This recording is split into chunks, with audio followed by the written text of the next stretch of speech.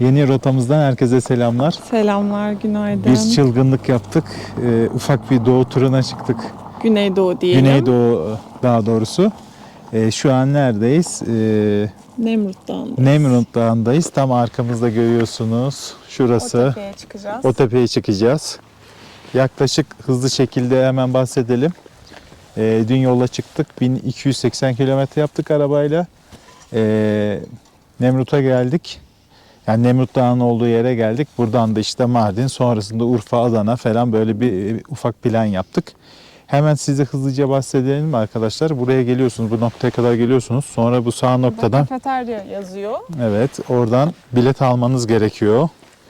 Bilet ücretini de söyleyeyim size. Öğretmenlere ücret alınmıyor ama normal Öğrenciye de alınmıyor. öğrenciye de galiba. alınmıyor. Normal kişiler müze kart alınıyor. 60 Müze TL kartı veriyor. 60 TL.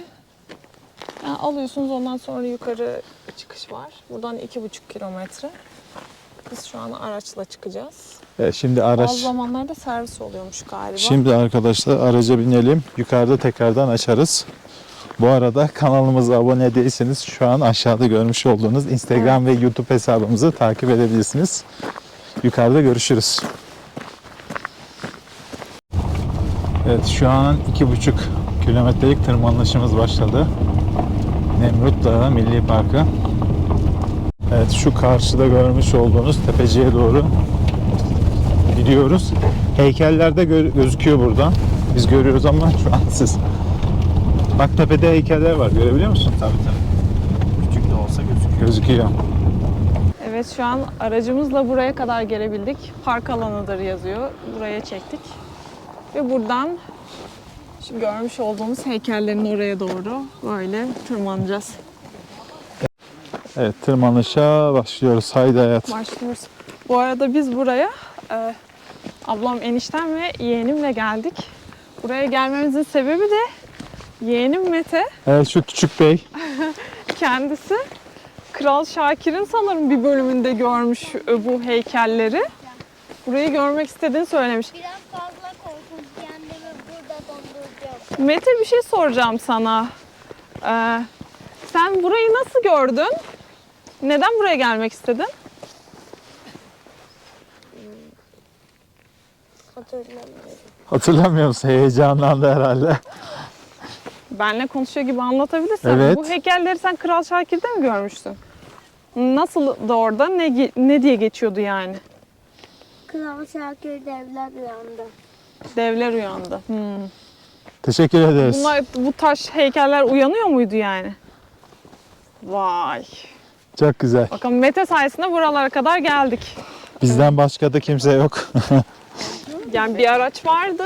Tam Onlar biz gitti. geldiğimizde onlar çıkış yaptılar. Buraya aslında sabah gün doğumuna ve gün batımına geliyorlarmış. Gün doğumu için de 4'ten itibaren giriş yapılabiliyor. Arkamızda görmüş olduğunuz yapı Komagene Krallığı'nın en tanınmış hükümdarı Antiochos döneminde inşa edilmiş.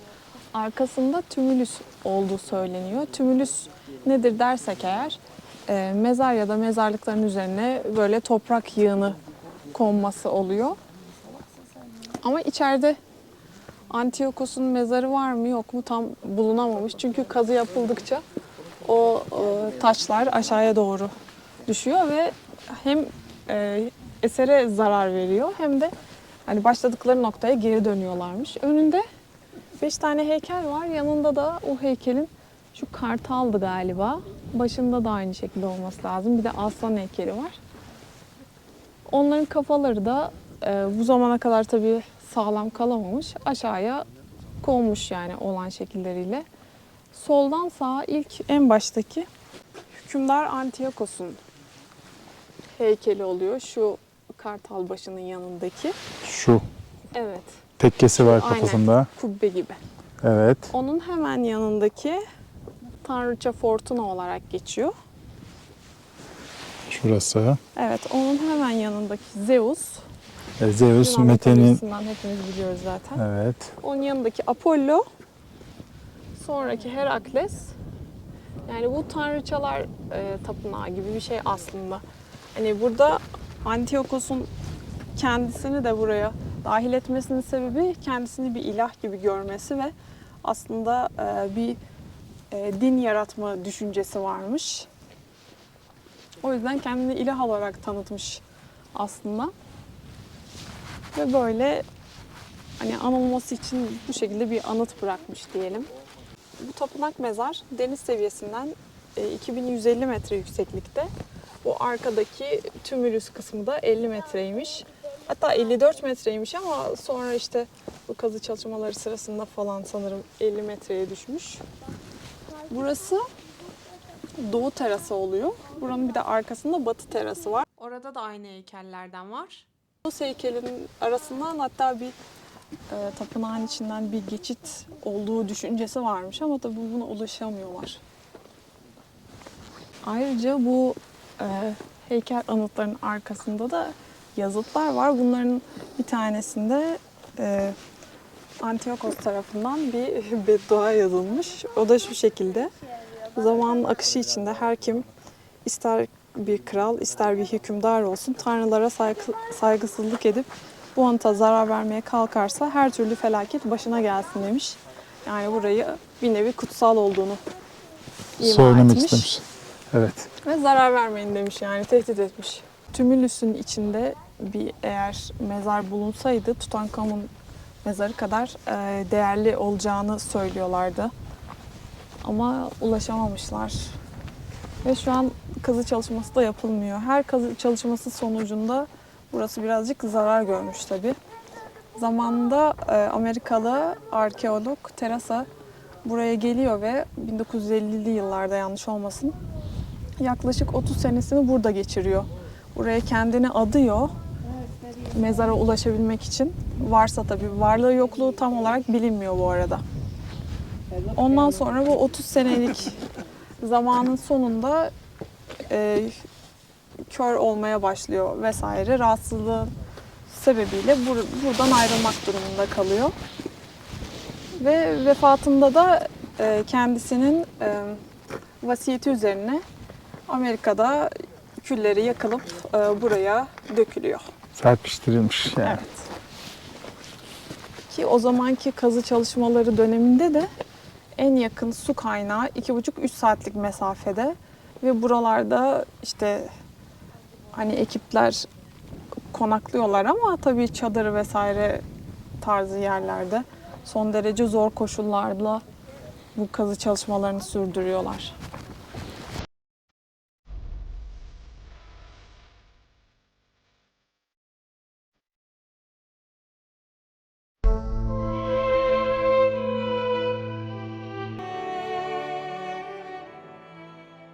Teras diye geçiyor buralar.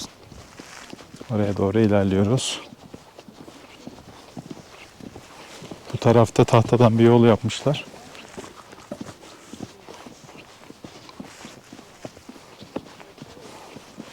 Tepe gerçekten soğuk arkadaşlar.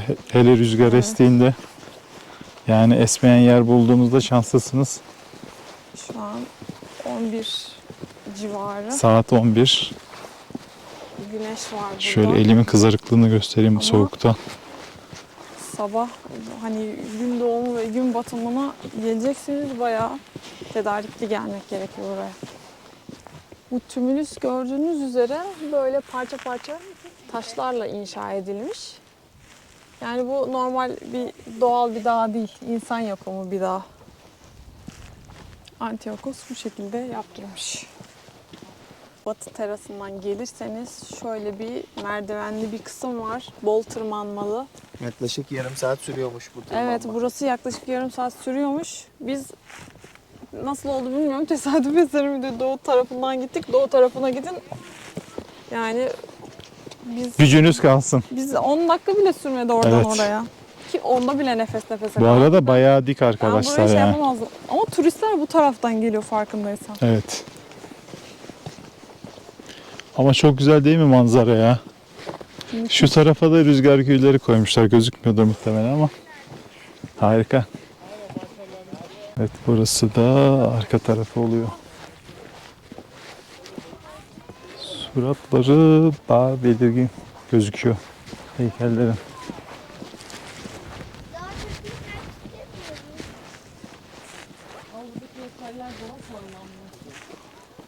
Ve sol tarafta aslan, lion diyor. Bunun yüzleri daha netmiş. Şurada kartal, eagle. Şu Kral Antiochos aşkım. Evet. Bunların suratları daha belirgin bu arada heykelde.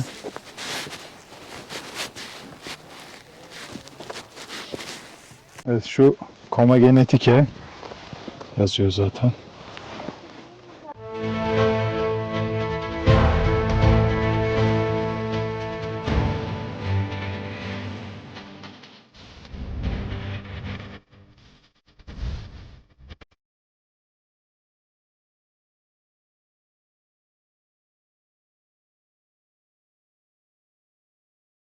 Arkadaşlar yeni bir kafile geliyor.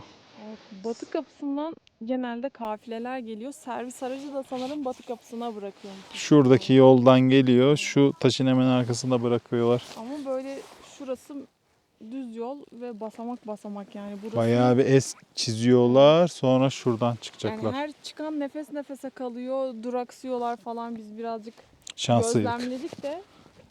Bu araçla geliyorsanız asla bu kısmı tercih etmeyin yani. Doğu kapısına, doğu terasına gidin. Doğu terasında da gövdeleri daha sağlam duruyor. Kafaları biraz daha hasar almış diyelim. Öyle bir farkları var.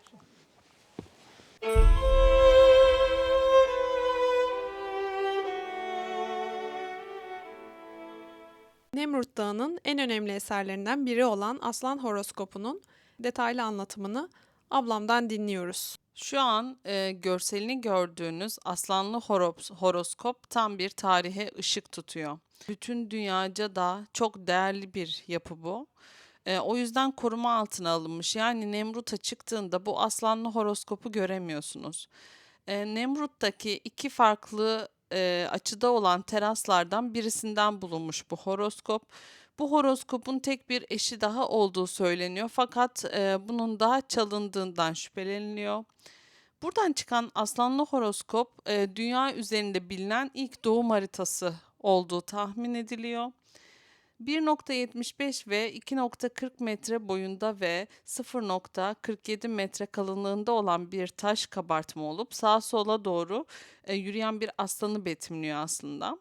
Aslan üzerinde yer alan 19 tane yıldızın her birisi sivri uçlu 8 ışından oluşuyor.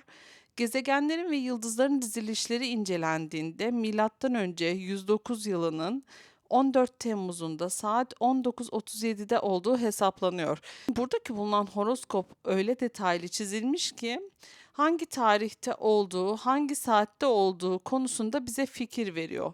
Böyle bir ışık tutuyor. Yani bunu da Antiochos'un tahta geçmesinin tarihi olduğu varsayılıyor. 3 yıldız gözüküyor. Gezegen gözüküyor daha doğrusu. Bu gezegenler Mars, Merkür ve Jüpiter. Zeus ve Herakles de yine Merkür ve Jüpiter'in temsili olduğu için aynı horoskopta bulunan bu yıldızları temsilen onun tanrılarının da Nemrut'ta heykelinin bulunması da bir tesadüf olmadığı düşünülüyor. Yani o dönemdeki astronomik bilgiler çok tüyler ürpertici seviyede başarılı bulunmuş. Neman aslanını da temsil ediyor. Aynı zamanda burada Neman'ın boynunda bulunan ay sembolü annesi olan Selena'yı ve yine üzerinde bulunan Jüpiter babası olan Zeus'u temsil ediyor. Yani bunun mitolojik anlamda da çok önemi olan bir horoskop. Umarım yakın zamanda ziyaretçilere açılır. Gerçekten canlı kanlı görmeyi çok isterim açıkçası. Evet arkadaşlar, biz burada gezimizi bitirelim. Burası bu kadar. Burası bu kadar zaten, Nemrut Dağı. Biz buradan arkadaşlar Mardin'e doğru şimdi yol alıyoruz. Mardin vlogunda görüşürüz o zaman. Bunu ayrı tek vlog yapacağız. Bir sonraki vlogda görüşürüz. Kendinize iyi bakın.